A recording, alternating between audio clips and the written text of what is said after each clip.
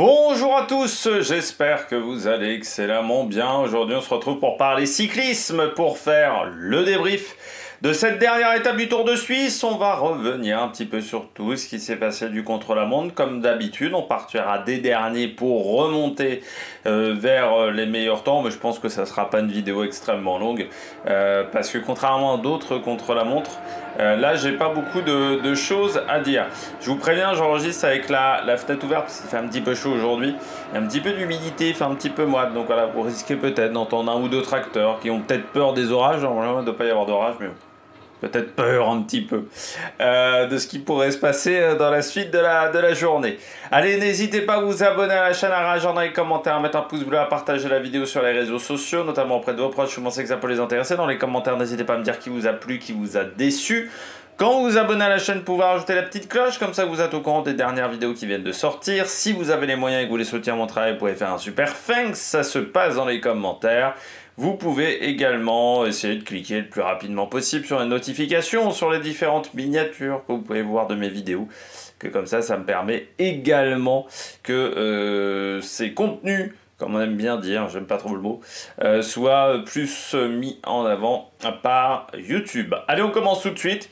Eh bien, par les derniers chronos, alors, il y a même des coureurs qui n'ont pas pris le départ de cette dernière étape qui, voilà, considéraient qu'ils avaient fait suffisamment de travail sur ce Tour de Suisse. C'est le cas de Mark Hirschi et d'Edmondson.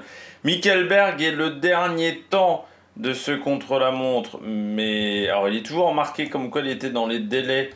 Mais bon, normalement les délais étaient de 30. Alors peut-être qu'ils n'étaient pas de 30 les délais, parce que 30 ça me paraît un peu léger pour un contre-la-montre en pente. Mais voilà, Michael Berg a fait quand même beaucoup de boulot sur toute la semaine, comme du Ciota, du Gamper, du Max Walker, du Mark Waller. Là on est sur des coureurs qui ont fait énormément de boulot. Arnaud Delis, comme d'habitude, quand c'est un contre-la-montre le dernier jour d'une course par étape, on l'avait vu sur le Tour de France l'an dernier, mais sur beaucoup d'épreuves, quand on finit sur un contre-la-montre, allez, 80% du peloton le fait pas à 100%. C'est-à-dire, entre les mecs qui sont fatigués, il y a beaucoup de mecs en fait, pour eux, l'arrivée c'était hier. Et aujourd'hui, bon, ils ont fait l'étape, mais ils n'ont pas repéré, voilà, ils ne l'ont pas fait à 100%.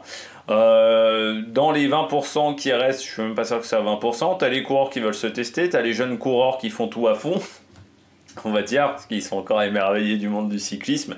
Et puis tu as les leaders pour le classement général, et ceux qui peuvent peut-être jouer une victoire d'étape, mais en gros, il y a beaucoup de coureurs qui n'ont pas fait la course à fond. Surpris qu'il n'y ait personne qui ait utilisé des petits prolongateurs sur ces guidons traditionnels. Alors, est-ce que c'est plus possible? Parce qu'à une époque, on rajoutait ça, on mettait des petits prolongateurs. Par exemple, dans les lignes droites où il n'y avait pas beaucoup de pourcentage, ça peut aider pour avoir une position un peu plus aéro, parce qu'on va me dire à 25 km/h, l'aéro a peu d'effet. Mais à partir de 20 km/h, en fait, ça a un peu d'effet, l'aéro. Notamment, courir en peloton, on s'est aperçu en athlétisme, notamment sur le demi-fond, que ça a un intérêt de rester un petit peu derrière et un petit peu caché, par exemple, parce qu'il y a un petit déplacement de vent. Alors, c'est pas énorme, encore une fois, mais bon, pour gagner peut-être 2, 3, 4 secondes à l'arrivée, on est très gains marginaux aujourd'hui du cyclisme. Je me dis c'est assez surprenant, surtout qu'il n'y avait pas beaucoup de virages. La première partie était quand même assez roulante de la montée, donc après c'était plus difficile, mais bon, tu vas pas me faire croire que ça coûte que ces 300 grammes là on peut pas les retirer à un autre endroit sur un vélo type montagne. Donc voilà, assez surpris qu'il n'y ait pas eu des petits prolongateurs, parce qu'à une époque ça se faisait de rajouter des petits prolongateurs qui n'étaient pas des prolongateurs moulés, c'était des prolongateurs classiques, voilà. De toute façon à l'époque il n'y avait pas de prolongateurs moulés, mais on les rajoutait sur un guidon normal. Comme il y a pas mal de coureurs également qui avaient des cocottes très droites et pas des cocottes, on va dire, style aéro. Là aussi, peut-être qu'on a considéré qu'il fallait favoriser une position la meilleure possible pour grimper, notamment au niveau des voies respiratoires du côté de cette montée. Bon, on remonte les classements, on est quand même plutôt sur des sprinters, sur des équipiers, sur des coureurs, voilà, comme Rui Costa, Mohoric, qui n'avaient pas forcément d'intérêt à le faire à fond. Chris Froome est quand même dans le top 100. Oui, parce que c'est vrai qu'on a oublié de le signaler. Chris Froome était au départ de la course.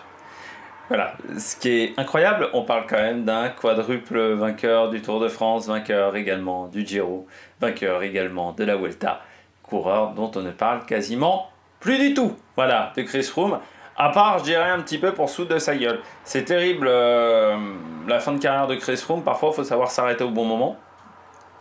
Je crois que Chris Froome, il aurait dû s'arrêter au moins il y a 4 ans, parce que là, ça fait quand même depuis 2 ans que c'est vraiment... on le voit plus au JT de France 2 que réellement performer sur un vélo, quoi. Mais ça fait quand même depuis 2 ans que c'est compliqué du côté de Chris Froome. Il fait même plus les plus grosses courses du calendrier. On a l'impression que c'est un peu un bouche-trou dans cette équipe. Il est en fin de contrat, je crois, Chris Froome. Hein. Oui, il est dans sa dernière année de contrat à 40 ans. Bon, je pense qu'il ne sera pas renouvelé. Regardez, depuis 2019, le nombre de points UCI chaque année, c'est quand même du haut niveau de performance, hein, par rapport aux années précédentes, c'est assez extraordinaire. Ouais, là, il a couru à peine 20 jours. Voilà, il a fait 3 courses dans l'année. L'UAE Tour, Tour des Alpes, Tour de Suisse. Ouais. Pas de... Il fera pas le Tour de France, je pense pas qu'il fera un grand tour. Je sais même pas quand c'était son dernier grand tour. 2022. Hein. Il n'en a pas fait beaucoup non plus avec Israël, des grands tours. Mais voilà, faut savoir s'arrêter au bon moment et bon... Chris Froome, je crois qu'il a été un peu trop loin dans l'idée de prolonger sa carrière. Bon, Tao Gegenhardt aussi. C'est dommage, Tao Gegenhardt, le début de semaine était pas mal, et puis derrière, ça a de nouveau été compliqué pour le Britannique. C'est vrai que sa chute sur le Giro, j'ai l'impression qu'il s'en est pas remis du côté de Tao Gegenhardt, et qu'il n'arrive pas à s'en sortir. Antoine Hubie, également loin, mais bon, Antoine Hubie, ça fait depuis 2 ans qu'il est chez les pros. Voilà, c'est un bon résumé pour le moment. C'est un coureur invisible. C'est-à-dire que... Alors déjà, quand il avait été recruté par la Soudal Quick-Step, on avait été surpris parce que normalement, on faisait plutôt Vendée Total Energy. C'était plutôt ça d'habitude dans cette formation. Et là, Antoine Hubie sur la route, c'est pas fou. En cyclocross, il en fait quasiment plus. Et là, ouais, il n'est pas dans le coup, tout simplement. Donc, meilleur résultat, Surf Coast Classic, 11e. C'est quand même pas la course de l'année. Et l'an dernier, c'était pas beaucoup mieux. Partie voilà, des courants, tu te demandes ce qu'ils font là de temps en temps en World Tour. Bon, on remonte Ben Swift, Albanese. Voilà, Quinn Simon, s'il l'a pas fait à fond. 5,37, de toute façon, encore une fois, beaucoup de coureurs ne l'ont pas fait à fond. Pas forcément d'intérêt. Anton Charming également, 5,15 de perdu. Thomas Glogg, invisible aussi cette semaine, Thomas Glogg, le Britannique de la Visma. Parce qu'on a vu un peu son équipier chez Visma qui était dans l'échappée le premier jour. Mais depuis, voilà, la Visma a été assez invisible sur cette épreuve. Et Thomas Glogg, notamment Madoise, bon, il a fait quand même beaucoup d'efforts avec Romain Grégoire pendant la semaine. Donc voilà, il a un peu relâché. Comme Ewen Kostiou également, qui a beaucoup travaillé pour protéger son leader. On remonte.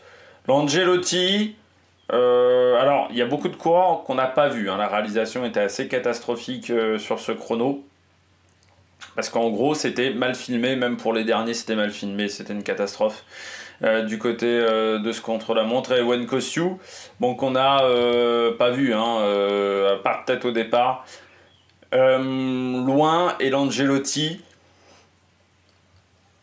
il l'a pas fait, je pense, à son niveau, parce qu'on l'a déjà vu meilleur sur des contre-la-montre depuis qu'il est chez Ineos.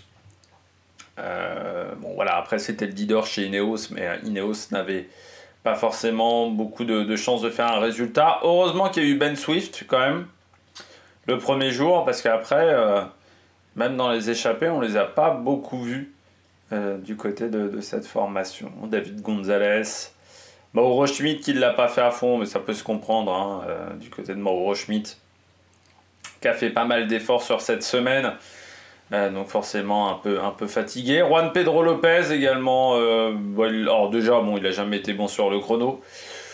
Vu son attitude au départ, Mais il l'a pas fait à fond non plus, hein.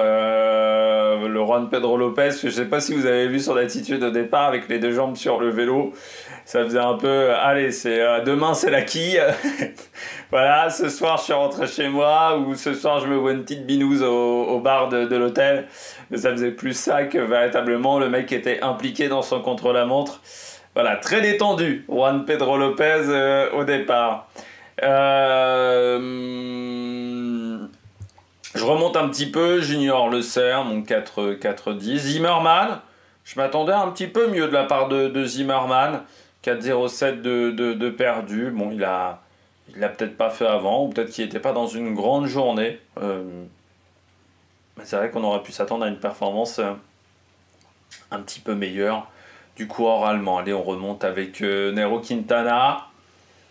Il y a 10 ans, Nairo Quintana, il l'aurait gagné, ce chrono. Peut-être, il y a 10 ans, ça faisait 2015, oui, même peut-être encore en 2017. Aujourd'hui, Nairo Quintana, c'est quand même compliqué, hein, depuis son retour. Bon, après sa période Arkea et sa période sans contrat. C'est plus le Nairo Quintana qu'on a connu avant. Alors, il arrive encore à faire le job d'équipier. Je pense que ça sera son rôle sur les prochaines courses auxquelles il va participer, notamment pour Enric Mas. Il a ce travail-là d'équipier, mais oui, en tant que leader, c'est plus ça. Il a plus les jambes de ses 25 ans, hein, très clairement, Nairo Quintana. Après, il faut quand même saluer parce que beaucoup de cette génération-là ont pris leur retraite. Nairo Quintana, il a plus de 30 ans aujourd'hui, il a 34 de tête, 35 même. Donc voilà, il y a beaucoup de mecs de cette génération-là qui ont déjà pris leur retraite. Lui, il continue, il donne son maximum. Mais oui, tu vois bien que c'est plus un coureur qui est au niveau. Alors, est-ce qu'il arrivera à prendre une victoire d'étape sur la prochaine Vuelta? Tout dépendra des circonstances de course. Mais tu vois qu'à la régulière, bon voilà, c'est plus jouable pour lui. Il est dans sa dernière année de contrat, là aussi, comme Froome, on pourrait se dire qu'il va arrêter à la fin de la saison. Mais oui, il était déjà coureur chez les pros en 2010, Movistar depuis 2012, à part son intermède de 3 ans chez Arkea. Donc voilà, ça fait quand même depuis très longtemps qu'il court, notamment en World Tour. Et en 2015, oui, il aura adoré ce chrono, parce que les chronos en boss, c'était vraiment sa spécialité à Quintana. Il était très fort dans cet exercice-là. Sauf qu'aujourd'hui, maintenant, Quintana, sur ce genre d'exercice, c'est devenu très compliqué pour lui, voilà, d'être performant, donc dommage.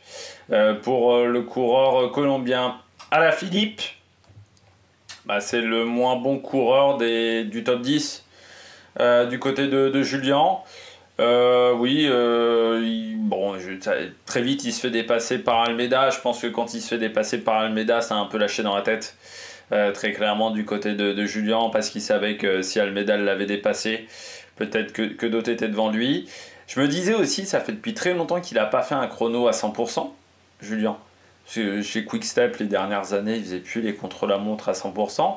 Donc il a peut-être un peu perdu l'habitude de cet exercice-là.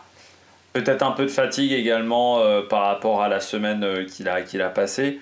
Puis oui, ça a peut-être lâché dans la tête au bout d'un moment quand il a vu Almeida le dépasser. Je pense que ça a été dur de se remobiliser. Puis du côté de la BMC, peut-être un équipement contre la montre qui n'est pas encore... un équipement peut-être qui n'est pas le meilleur.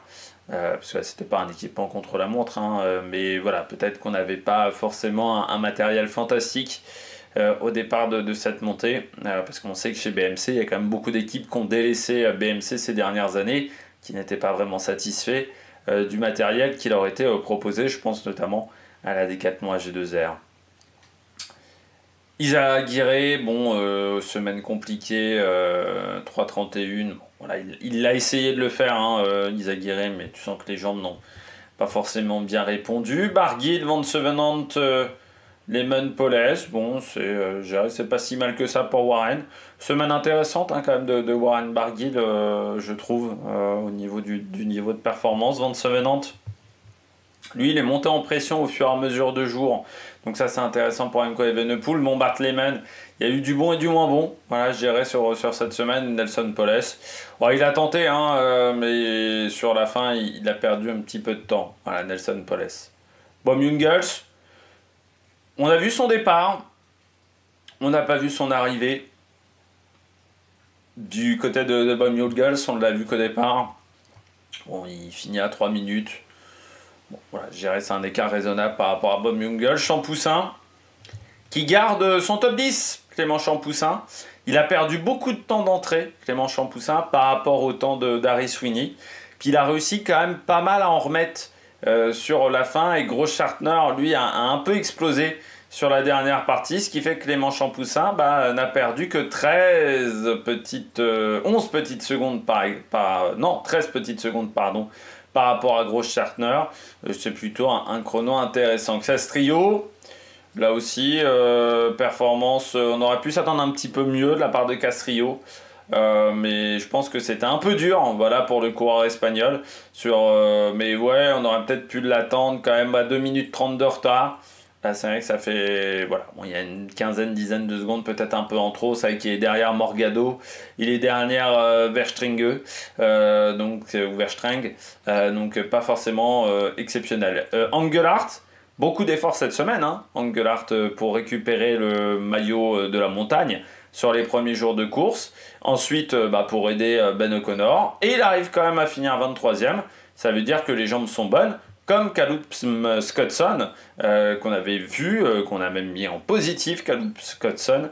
Eh bien, belle performance également à la porte du top 20. Léo Bizio, très très bien, hein, Léo Bizio aujourd'hui, sur un contre-la-montre particulier où il fallait vraiment gérer son effort.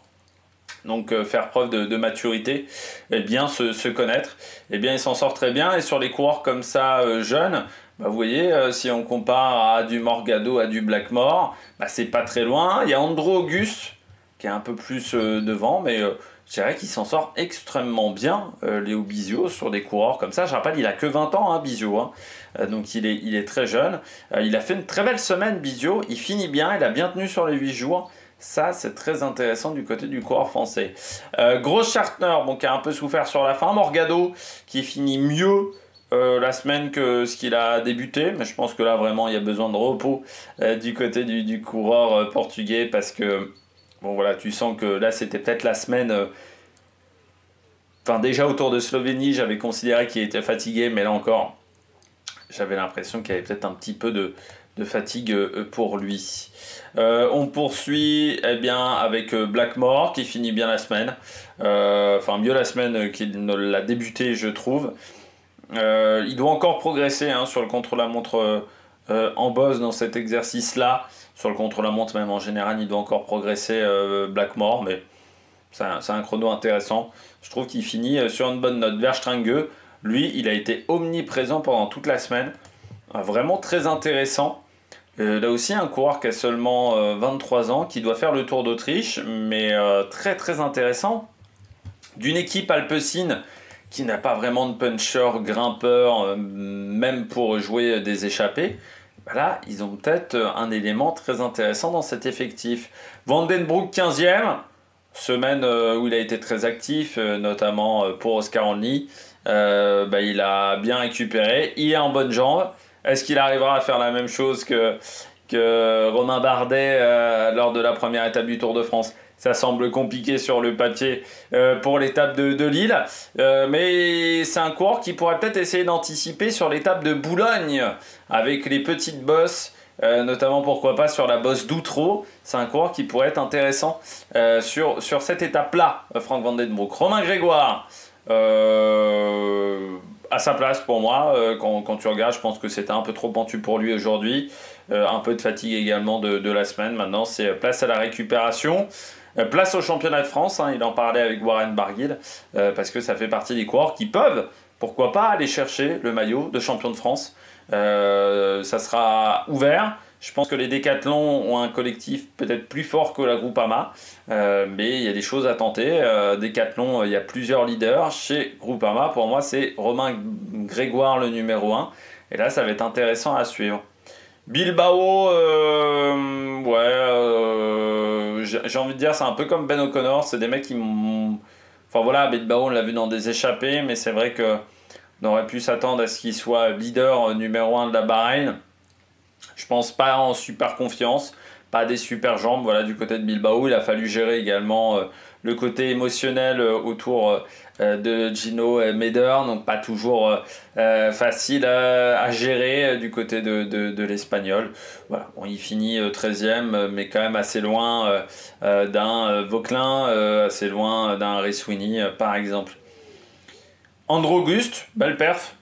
Belle perf, c'est un jeune coureur, Auguste, l'américain, qui a pris le titre de champion des États-Unis du chrono au mois de mai. Parce que faut savoir qu'aux États-Unis, les championnats nationaux se déroulent au mois de mai, pas en juin ou en tout début d'année, comme en Australie, ni en mars comme les championnats d'Afrique du Sud. Et du côté d'Andrew Auguste, pour moi, c'est sa meilleure performance chez les professionnels. Donc très intéressant. Van Wilder finit mieux la semaine qu'il ne l'a débuté. Mais je reste quand même un peu sur ma faim. C'est un coureur qui nous a parfois fait des très bons contre-la-montre sur le plat. Et donc on aurait pu le voir peut-être un peu plus haut dans la hiérarchie. Pickering, très belle performance de Finlay Pickering de la Bahreïn Victorious. Je trouve qu'il m'a fait une belle semaine, Pickering, du côté de la Bahreïn. Je trouve qu'il a été très intéressant dans le niveau de performance qu'il a eu. Ça reste un jeune coureur. Dans son évolution sur la semaine, je trouvais qu'il a vraiment évolué plutôt en positif, Finlay Pickering. Moi qui n'y croyais pas des masses quand il est arrivé chez Bahreïn, parce que pour tout vous dire, quand il était arrivé chez Bahreïn, j'avais été plutôt dubitatif dans une vidéo de présentation d'équipe de début d'année. Et bien là, j'ai trouvé très intéressant Pickering. Donc, je sais pas quand on va le revoir, Pickering. C'est pas marqué encore. Est-ce qu'il fera le Tour de France dans un rôle d'équipier, mais moi j'ai bien envie de le voir. Voilà. Will Barta, toujours très bon sur le chrono et sur ces chronos-là atypiques. Donc pas surpris de le voir dans le top 10. O'Connor. Je sais pas quoi en penser de son chrono. Normalement, c'est un leader pour le classement général. Il se prend quand même 26 secondes par rapport à Vauquelin. Même Sweeney est devant lui. Alors oui, il est derrière, il est juste derrière Vlasov. Mais Vlasov a quand même fait beaucoup d'efforts sur cette semaine. On a vu sur la toute fin, ça a peut-être payé un petit peu. Ben O'Connor, à part le premier jour, sinon il a été tout le temps dans le peloton. Donc c'est vrai que sur la semaine de Ben O'Connor, j'ai pas été véritablement convaincu. Vlasov, bon chrono parce que, alors certains diraient oui, on aurait pu s'attendre à ce qu'il soit au niveau d'Almeida, de Félix Gall. Oui, mais il faut rappeler qu'il a roulé pendant toute la semaine à chercher un classement de la montagne. Forcément, un peu moins de fraîcheur. Peut-être pas encore au top physiquement, d'où cette envie d'aller chercher le classement de la montagne et de faire des efforts. On verra maintenant comment ça va se passer. Harry Sweeney, là c'est la surprise du jour. Sweeney, qui est pas passé loin quand même, parce que c'est vraiment dans les 10 derniers et déjà dans les 5 derniers qu'on est passé devant lui. Je pense qu'il y a cru à un moment, mais non, belle perte d'Harry Sweeney. Je m'attendais pas à ce qu'il soit à ce niveau-là. C'est vrai que quand il était chez Lotto, je crois me rappeler qu'il passait plutôt bien les bosses. Après, depuis qu'il est chez EF, il faut bien le dire, je l'ai très peu vu. Je le voyais plus quand il était chez Lotto que quand il était chez EF. Voilà, c'est pas le même calendrier de course, tout simplement. Mais oui, belle perf sur ce contre-la-montre. Moi, je l'ai trouvé très intéressant, Harry Sweeney. Donc maintenant, on va voir ce que ça va donner pour lui, qui fera normalement le Tour de France. Et ça peut être une aide importante pour ces leaders, parce que je l'ai trouvé très intéressant, Sweeney. Puis on remonte le top 4. Vauquelin. L'avantage de Kevin Vauquelin, c'est qu'il n'aura pas de regrets sur les erreurs qu'il a fait cette semaine. Et je pense notamment à l'étape de mercredi, où il perd une quinzaine de secondes par rapport à certains coureurs. Et je trouve que sur cette étape-là, Vauquelin n'avait pas eu une attitude exceptionnelle par rapport à Romain Grégoire et qu'ils auraient dû beaucoup plus collaborer entre eux pour perdre moins de temps. Après, là il y a une différence de niveau. Je pense que l'équipement y fait aussi. Bianchi, là aussi, hein, c'est une marque qui a plutôt perdu des contrats ces dernières années. De l'autre côté, tu as un Colnago, tu as un Van Rysel, tu as un Lapierre, donc qui sont quand même plutôt des bons vélos, surtout dans ce registre-là de la montagne. Du côté de Kevin Vauquelin, un peu plus compliqué avec le Bianchi, même si on a quand même pas mal bossé sur ce vélo. Donc ça a peut-être joué. Et puis après, il y avait les jambes. Hein. Je pense qu'il avait de l'ambition ce matin quand il est parti. C'est vrai que son départ est très tonique. Mais je pense que physiquement, il en manquait aujourd'hui au niveau des jambes. Il fait quand même 4e sur un chrono comme celui-là. C'est de bon augure, notamment pour les prochains championnats de France de jeudi. Oscar Onley, moi, il m'a surpris. Je pensais plutôt qu'il serait plus loin. Onley, c'est vrai que j'étais plus inquiet par Gall que par Onley au final sur le contre-la-montre pour Julien. Mais pour moi, Julien avait suffisamment de marge pour se faire devancer par Gall. Je ne pensais pas que Gall arrivera à reprendre autant de temps à Julien. Et j'avais pas mis du tout Onley parmi les favoris, même si c'est quelqu'un qui grimpe bien. Pour moi, sur le chrono, c'était pas forcément fantastique. Et je me disais, un dernier jour de course, peut-être un peu de fatigue pour Oscar Onley. Eh bien, Coligny, il a été performant, il a fait vraiment sa course. Donc chapeau au coureur britannique. Et puis bon, Félix Gall, là aussi, il a donné le maximum. Il fait vraiment une très belle montée finale. C'est peut-être même le plus rapide entre l'intermédiaire et l'arrivée. Avec Almeida, hein, parce qu'il perd à 24 secondes, 23 secondes par rapport à Almeida, mais c'est le seul qui arrive à tenir la cadence par rapport à Almeida. Il finit bien la semaine, je trouve que là aussi il est bien monté en puissance. Un début un petit peu timide et puis au fur et à mesure ça a été de mieux en mieux du côté de Félix Gall. De bon augure pour le Tour de France, pour le coureur autrichien. Voilà, il finit sur une bonne note. Une bonne performance sur ce contre-la-montre. Ça veut dire aussi qu'il perdra peut-être peu de temps lors du deuxième contre-la-montre du Tour de France. Et ça, c'est plutôt intéressant quand on va faire un bon classement général. Et puis Almeida, intouchable. Tu te dis qu'heureusement qu'il a eu 3 minutes de retard, parce que sinon, on se serait fait chier quand même sur ce Tour d'Autriche où il a été au-dessus pendant toute la semaine. Tout simplement, Jean Almeida. Et là, ça s'est fait à la pédale, ça s'est fait à la force. Voilà, t'as que 5 coureurs qui sont en moins de 2 minutes. Ça a été une démonstration. Hein. Sur une épreuve comme ça de moins de 30 minutes, coller 2 minutes à tout le monde, c'est phénoménal. Voilà, il a été au-dessus sur toute la semaine. Je pense que Pogacar est satisfait. Et puis du côté de la UAE, on doit se dire, eh bien, au cas où, on a un leader de rechange et on a aussi un mec qui peut faire podium. Hein. Potentiellement, Almeida, il peut faire podium du Tour de France, même en étant équipier de Pogacar. Classement général, le grand vainqueur Almeida qui bat donc Kevin Vauquelin 2e, Oscar Onley 3 devant Félix Gall. 2 places de perdu pour Julien Alaphilippe, mais qui reste quand même 5e, ce qui reste un très très bon résultat pour sa formation. Notamment, ça fait 225 points au niveau UCI, pour qui a aussi, c'est la bonne nouvelle, les 400 points UCI et les 325 pour Picnic. Ça, c'est pas une bonne nouvelle pour Intermarché, par exemple, ou pour Uno X. Kemna, donc 6e devant O'Connor, Van Wilder, Castrillo et Champoussin, qui marque encore des points avec Astana.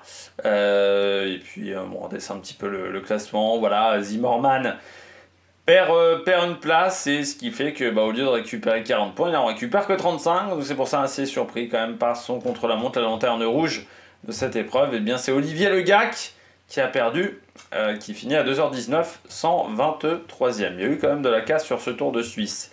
Classement du maillot noir, à des points.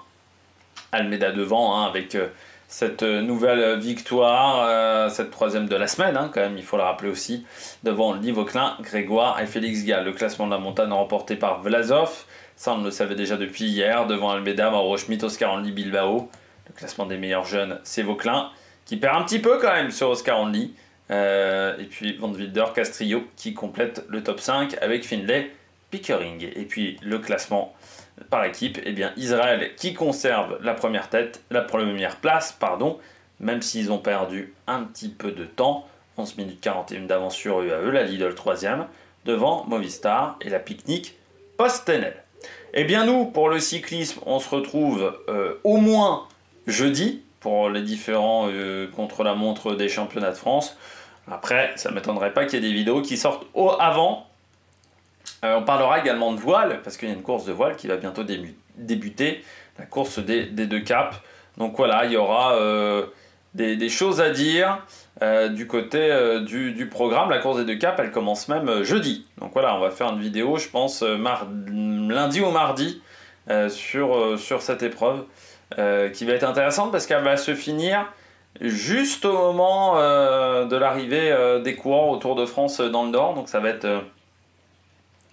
va bien se suivre. Voilà, donc il y aura des vidéos pour la semaine prochaine, dernière semaine du mois de juin, et on est à moins de 15 jours désormais du prochain Tour de France qui est en cours de préparation en ce moment sur la chaîne, tout simplement. Eh bien, j'espère que vous avez aimé cette vidéo. N'hésitez pas à vous abonner à la chaîne, à réagir dans les commentaires, à mettre un pouce bleu. Puis nous, on se retrouve pour de nouvelles aventures sur la Mega Production. Ciao, ciao!